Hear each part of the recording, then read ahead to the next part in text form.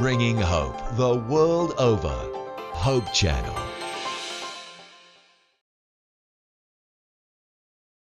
Kasi may mga couples na gusto nilang mag-start ba ng business. Malaking challenge sa magulang may kapag ipayo yung niyo sa kanyang kanila? anak ay Yung mga nagko-contemplate pa lang. Pero As bilang for me and magulang, my house, talagang we will ipapakita pa rin make natin sure yung to have ating quality pagmamahal. time together. Customary. Siguro maganda Closing, natin ano? yung ating Right, anak. ito na yun. At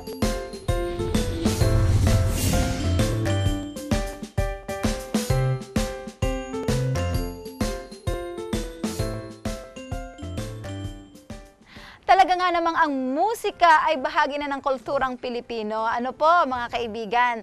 Kasi ang musika ginagamit sa paaralan, ginagamit sa church. Kung walang musika, magiging patay ang pagsamba. At siyempre ang musika, nagsisimula po yan sa loob ng pamilya. And speaking of family, super excited po ako. Dahil ngayong hapon, pag-uusapan po natin sa ating pong episode na may pamagat na Third Generation Music Ministry. Partner, ipakilala mo ang ating guest. Oh, how I wish, partner, my family has the same spiritual gift. But before we move on, narito ang De Diyos family, starting with Papa Dong. Yes. Kamusta po? At kasama ang kanilang youngest son, si Luis. Ay, mayumi lang po yan, pero mamaya po ay makikita natin ang kanyang talento. And of course, si Mama She. Hello, good afternoon po sa inyo, Pastor. Okay, at si Emil, ang kanilang eldest son. Hello, good afternoon din po. Okay, so welcome, relax, at sa atin pong pag-uusap ngayong hapong ito.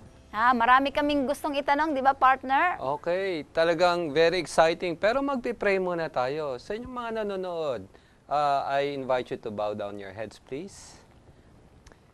Dear loving Father, thank you, Lord, for this wonderful afternoon. We truly believe that all talents come from you, especially the gift of music, and may help us with this episode. In Jesus' name we pray. Amen. Amen. Okay, so pag-usapan natin muna yung tungkol sa, kasi ito isang pamilya, musically inclined. Yung mag-asawa, tanungin ko kayo, ilang taon na ba kayong married? 14 years na, going to 15 this year. Wow. Alam mo, partner, alam ko yung mga Botabara ay third generation na yan eh. Ngayon, curious lang ako, Papa Dong, sa family nyo ba, bago ka sumama sa family ng Botabara, ilang generation na ba ang musically inclined? Yung mga professional musician, unlike the Botabara, sa family ko wala. Right. But I was told that my grandparents and some uncles, they had some liking sa music. Yung isang uncle ko ay nagpe-play ng double bass, yung isa nagbe-violin, nagpa-piano. But nung dumating ako sa mundo, patay na sila eh. So hindi ko sila na-meet, no? But yun lang ang aking pinanghahawakan na that's my only claim to, to the musical fame as far as my family is concerned. Excellent. Partner, nabanggit niya, double bass sa family namin. Double bed ang pinaglalaro niya. Anyway, Okay, continue. while he was speaking, nag-pop up sa mind ko yung, ito bang music ay hereditary ba ito? Naiisalin ba ito? So, paano ba ito nakukuha Ako ng ba ay may pamilya? pag-asa pa? Yeah, hindi kami experts sa genetics, no? Pero posible siguro in the same way that we inherit some physical attributes from our parents. Right. Ganun din siguro sa music, hindi ba minsan na-inherit din natin ang ugali ng ating mga magulang. Subalit, kung wala na mga pagpupursigi na i-develop ang talent na ito sa family, ay wala rin yan kahit nasabihin pa natin may promise ng talent ang isang bata. Ang ganda. I agree with that actually. Kasi kung walang support ng parents sa mga children, hindi rin magde-develop ang interest nila. I think the word also, partner, is influence. Oo, partner, gusto kong tanongin si Kuya Emil. Yung sinabi ng parents mo na support, yung support ba yun ay ginusto mo talaga? O parang napwersa ka lang? May pressure ba, Emil? Wala po, ginusto ko lang po. So, talagang nasa dugo mo na. Oh, Oo, excellent. itanong partner. natin partner, ano ba yung mga tinutugtog nila? Tumutugtog ba sila? Umaawit ba sila? Mama She. Si Emil nagigitara, pero actually, ang unang instrument na natutunan niya ay piano. He was 4 years old then. So nag-recital siya for the first time. Unfortunately, bigla niyang inayawan yung piano kasi for girls lang daw yon. Marami kasi dun sa mga nag-recital, puro babae. Oh. So since yung eldest cousin niya ay nagva-violin sa lola, yung mother ko, she's a violinist actually. Kaya nag-aral na rin siya ng violin. Tapos later on, nagkaroon siya ng interest sa guitar kasi yung papa ay nagigitara. Yan. So, nagkataon naman na mayroon kami nakitang maliit na guitar at binilhan namin siya. Nung 10 years old siya, nag-start na siya ng lessons niya with his father. Partner, Wow. gusto ko naman tanongin ng bunso. No? Si Luis. Si Luis. Luis, ano bang mga instruments ang kaya mo nang tugtugin? Cello po. Cello? Bukod doon, meron pa bang iba? Piano rin po. Si Kuya kaya, anong mga instruments, Kuya? Violin po. Violin? Piano. I think si Luis tumutugtog din ng violin eh. Tumutugtog din siya. Yes. Oh. Maaring makita natin sa mga pictures, no? Kung ano ba talaga mga instruments at yung mga gathering kung saan sila tumugtog. O Ayan. partner, Okay. yan na yun. Ito yung first family concert namin. Dati kasi kami lang mag-asawa nagko-concert nung maliliit pa sila. Ito yung pinaka-first namin sa Adventist University of the Philippines. In-invite kami. Wow. Ayan. Ito nung last December lang, ayan, kasama nila yung dalawang cousins Pinsan. nila. Recital naman yan. Ito yung Young Ambassadors concert sa Yes. church. Nung December din, ito actually yung mother ko yan, yung Oo, violinist. tama. Tapos Yan. yung Yan, si kapatid Ma'am kong Shirley. isa na tatay nung pinsan nila, si Nonoy. Yan, nag-part sila nung maliit na instrumentalist nung ano na yan, program na yan. Ang ganda naman partner, Ayan, tingnan yan ano. pa sila, with other Lola, Oo nga eh. Kaya nga, uncle. talagang magkasamang family tumutugtog. music ministry, no? Third Tapos generation. ito, sa Santa Isabel College naman to, where we teach. Mga guest pa lang sila, no? Hindi pa talaga major concert yan. Kasi si Luis, that time, kumakanta pa lang. Oh. Ito sa may, somewhere in AUP din, na photoshoot lang, before the concert. Yan, parang ano lang, posterities, ano. Partner, napansin ko, ano, di ba yung pag nag-family portrait or family picture, kayo lang, family doon. Pero sila, kasama ang instrument talaga sa family Oo picture. nga eh. Kung yung mga naging guest natin noon ay kasamang pets, parang ang pets nyo ay instruments, di ba? Tsaka, partner, total Christian family tong guest natin. Yes. Curious lang ako, meron ba talagang difference ang talent sa spiritual gift? Yung sa inyo, how do you consider that? Is that a talent or spiritual gift from God? I think it's both. Both. So talent is also a gift, no? But to me, as an educator, Right. I don't really emphasize I don't go out saying to people that music is really a talent. Of course, I accept that. Kasi madi-discourage yung mga yung mga estudyante. Kasi ako naniniwala ako na ang pagtugtog ng isang instrumento ay matututunan. At hindi ito talagang isang extraordinary thing na kailangang mayroon ng isang tao. It can be developed, no, in an individual. Okay, that's why teachers are very important here. So it's not just talent. Kaya pag naririnig ko yung mga tao at telling, ay wala kasi akong talent dyan eh. Okay, ang tanong doon, do you have the time to study an instrument? Yes. So ganun lang yan. Napakaganda. Mama She, paano naman yung sisabi nila na galing to sa Panginoon? Well, of course, mahirap din naman yung kasi hindi naman lahat ng tao meron siyang ganitong klaseng special talent or Right. gift na sinasabi. Kasi hindi naman lahat, kahit na gusto nilang matuto mag-cello, hindi kaya kung hindi mo sasabihin na gift na binigay sa'yo ni God. Right.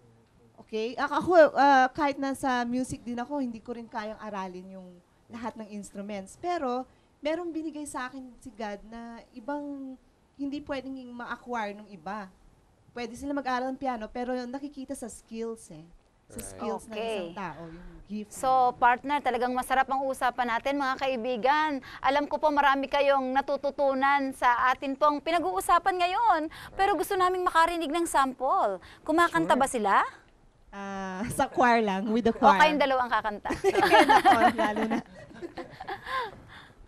Okay, parinig po ng kanilang inihanda. Sino muna? Si Emil, he's going to play one piece of classical music. Nag-aaral si Emil ng classical guitar already for how long na, anak? For 2 years? So 2 taon na ko na siyang tinuturuan ng Wow. gitara. Classical. At natanong ni Pastor kanina, pinilit ka ba? Pinilit ba kita, anak? Alam niya si Emil, pagkagising habang nag-iintay ng breakfast, kinukuha niya yung gitara niya, tugtog lang siya ng tugtog. Talagang Ganun meron siya. siyang initiative. Just to kill time, he gets Yes. his guitar and play. No? So, he will be playing one classical piece of music. It's entitled Allegro by an Italian composer, Mauro Giuliani.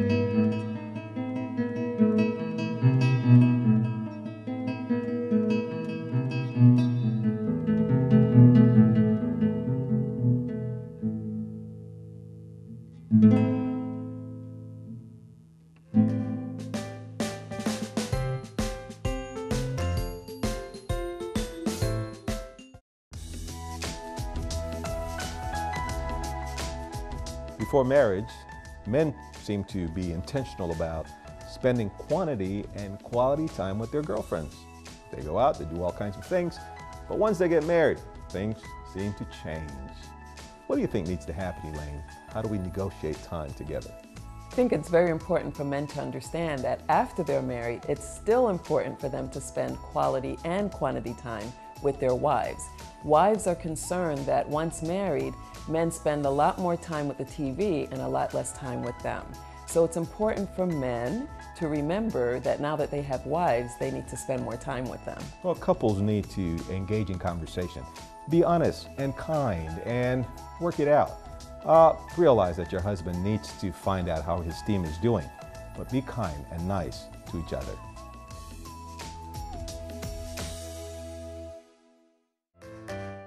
Welcome back, friend, here in As for me and my house. One love, one family, one God.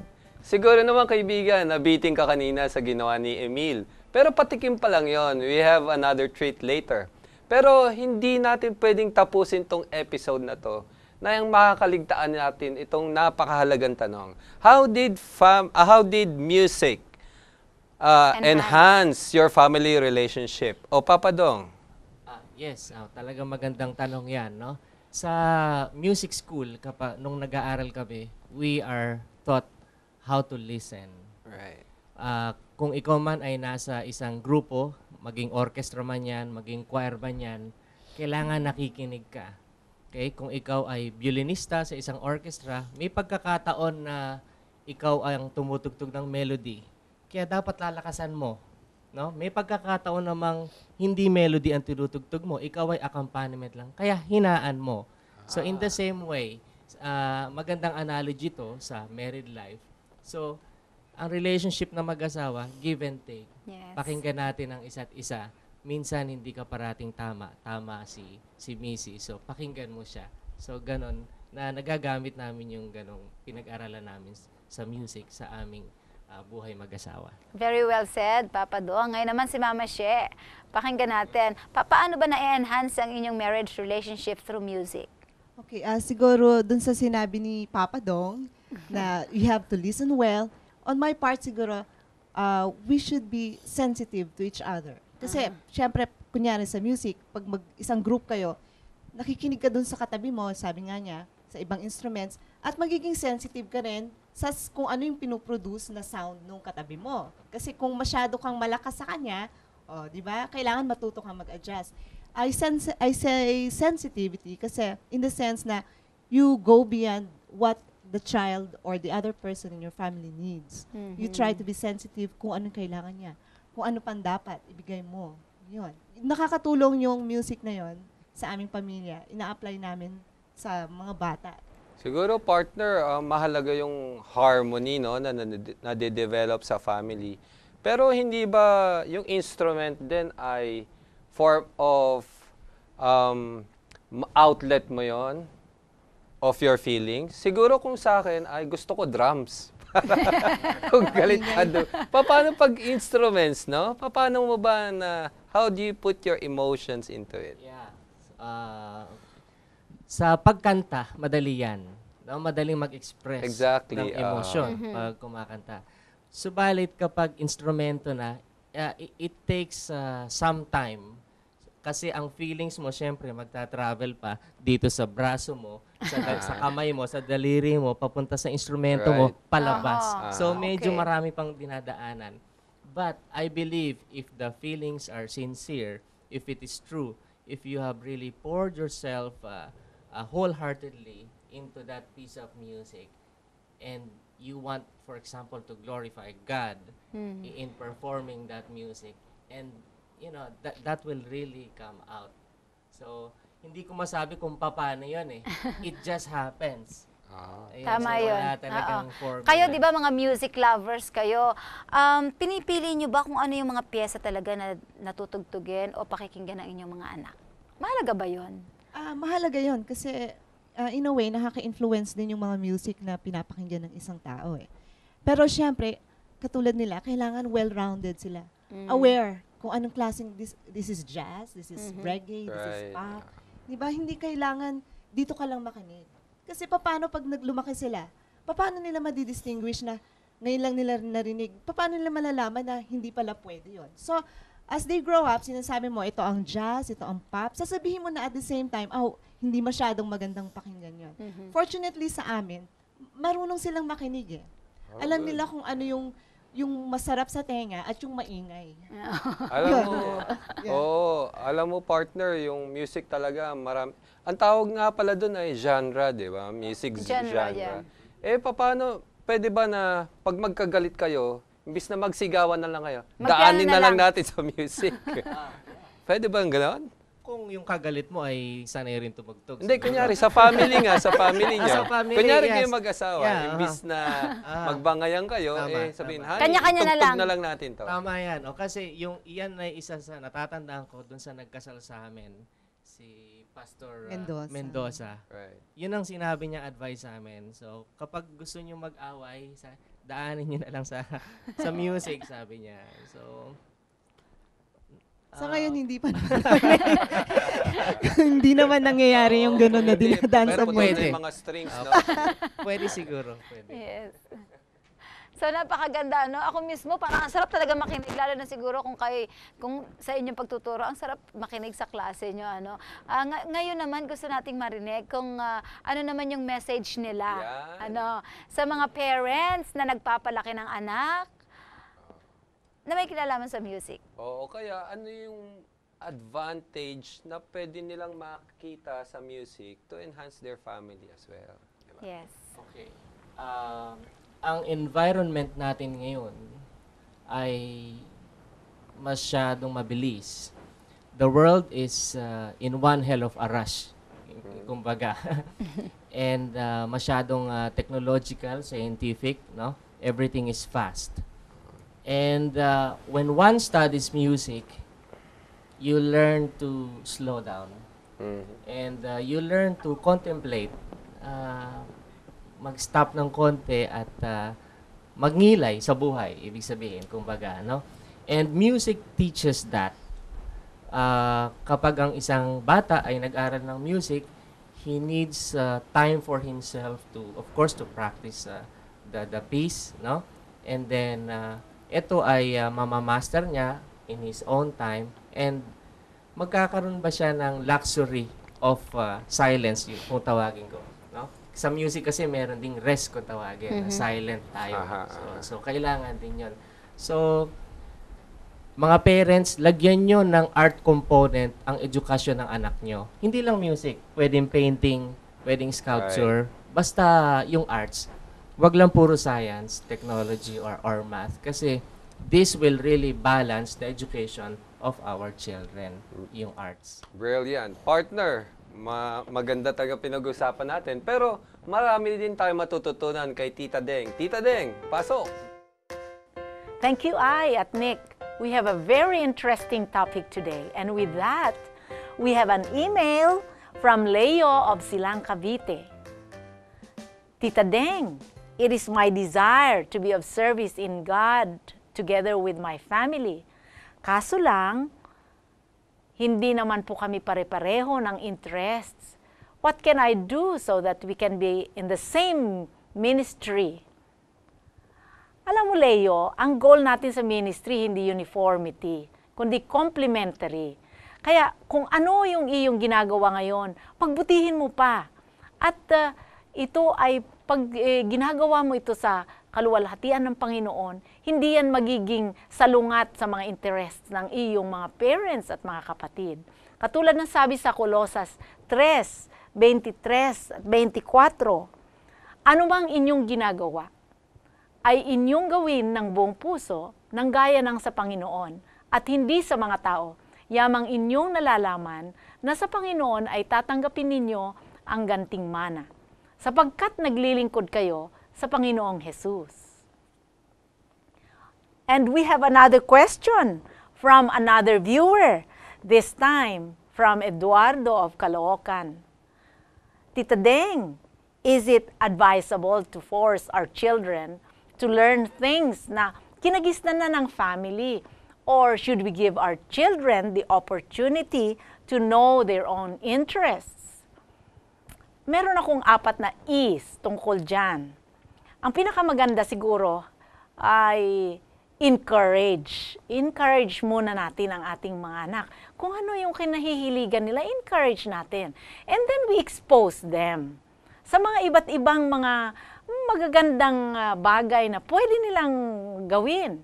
And also, let them explore kung saan sila komportable. And then, you have to set the example.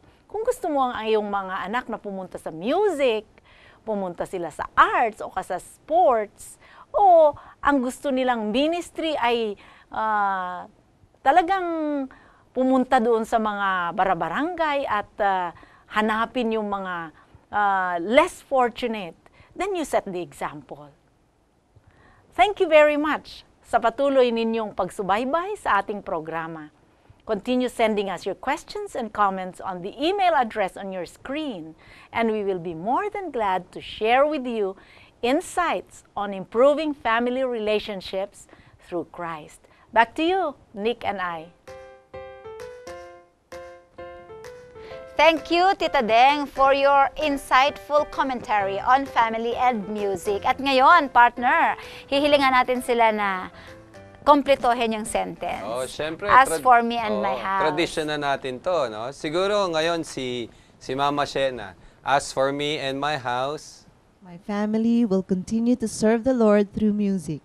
Ikaw naman, partner. As for me and my house, susuportahan ko yung aking mga anak kasi yung mga anak ko ay meron din silang instrumento na tinutugtog. I will continue or we will continue to support our children. As for me and my house, susubukan kong pilitin yung music na mahalin naman ako. Diba? Pero we won't end this yet kasi may pinangako kong meron pang special rendition from the De Jos family. So thanks for watching, friends, here in As for me and my house. One love, One family, one God. Thanks for watching and see you next week.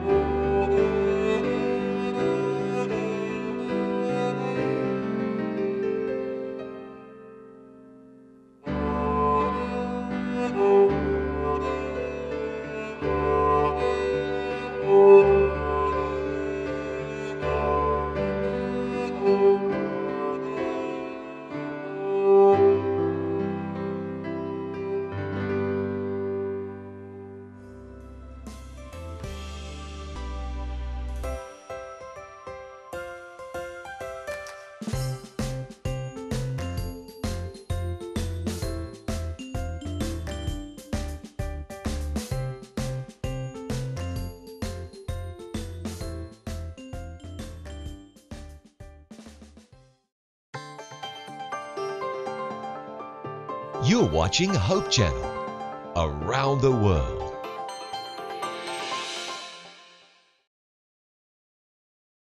You are cordially invited.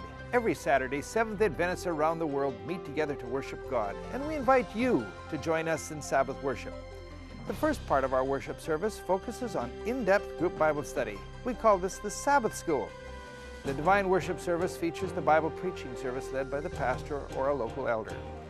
The entire service features prayer, enthusiastic singing, music, and fellowship.